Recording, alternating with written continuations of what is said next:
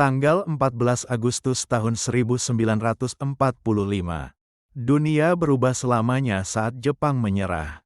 Namun di Jakarta, justru terjadi perang saraf yang menegangkan. Bukan melawan Jepang, tapi sesama anak bangsa sendiri. Apa yang sebenarnya terjadi di balik pintu tertutup saat naskah proklamasi disusun? Mari kita bedah menit demi menit. Bagian 1, sebelum krisis keyakinan. 13–16 Agustus. Tanggal 14 Agustus tahun 1945, berita kekalahan Jepang bocor melalui siaran radio BBC yang ditangkap oleh Sultan Syahrir. Syahrir langsung menemui Soekarno dan Hatta, mendesak kemerdekaan dilakukan sekarang juga tanpa campur tangan PPKI, yang dianggap buatan Jepang. Perdebatan panas, Soekarno menolak. Alasannya logis. Jika memproklamasikan kemerdekaan tanpa izin Jepang, ia khawatir akan terjadi pertumpahan darah karena tentara Jepang masih memiliki 25.000 pasukan di Jawa dengan senjata lengkap. Soekarno ingin jalan damai melalui PPKI. Penculikan Rengas Dengklok, 16 Agustus sedih pukul 3 pagi. Soekarno-Hatta diculik oleh Sukarni, Wigana, dan Chahrul Saleh.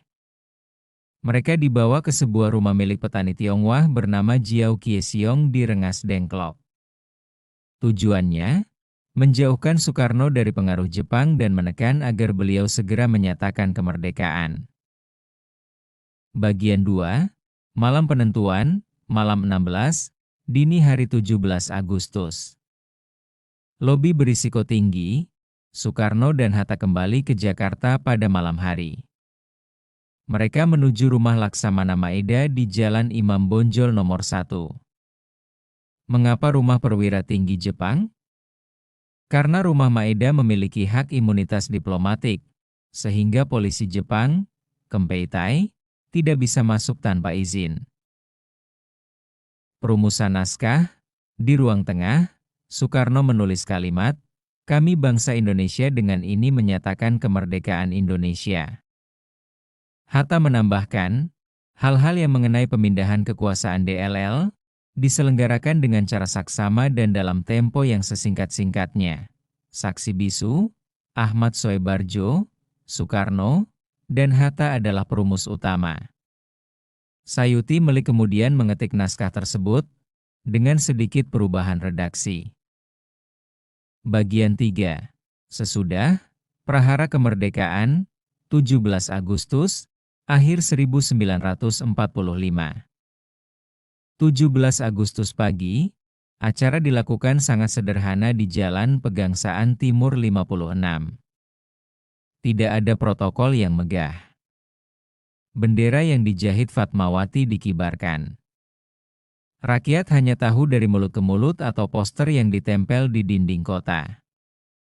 Banyak yang bertanya, setelah teks itu dibacakan di Pegangsaan Timur, bagaimana caranya seluruh rakyat Indonesia tahu kalau kita sudah merdeka?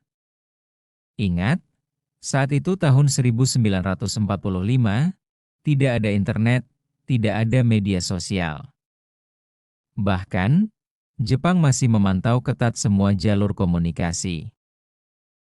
1. Peran kantor berita Domei, operasi penembusan, berita proklamasi disebarkan lewat kantor berita Jepang, Domei.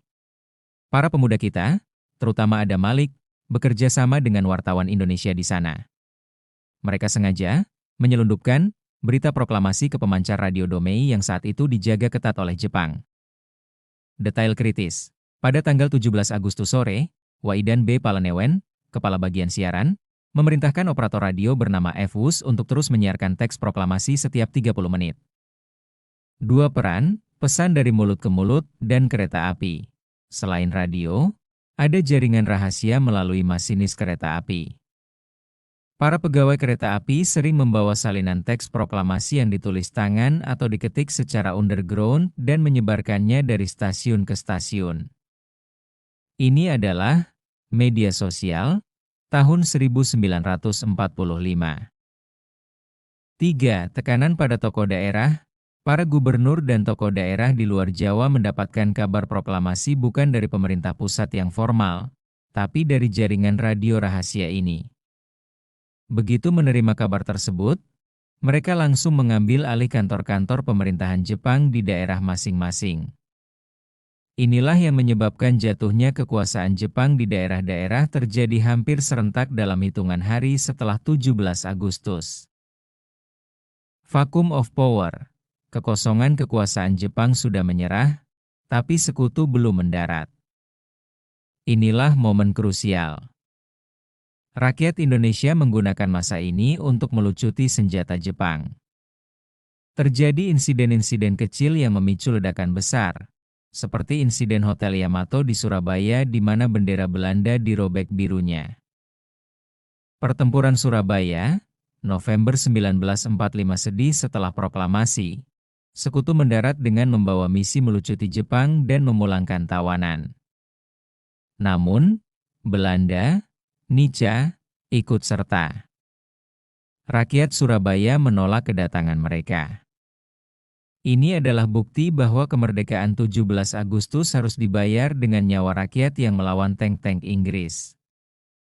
Peristiwa 17 Agustus bukan cuma sekadar membaca teks. Itu adalah keberanian memutus rantai penjajahan saat nasib bangsa masih dalam ketidakpastian. Setelah 17 Agustus, dunia tidak langsung mengakui kita.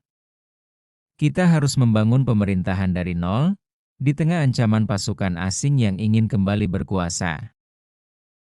Bahwa kemerdekaan ini bukanlah hadiah. Ia adalah akumulasi dari mimpi yang diperjuangkan, dari keberanian yang dipaksakan saat keadaan berada di titik paling gelap, dan dari pengorbanan orang-orang yang mungkin namanya tak pernah tertulis di buku sejarah besar.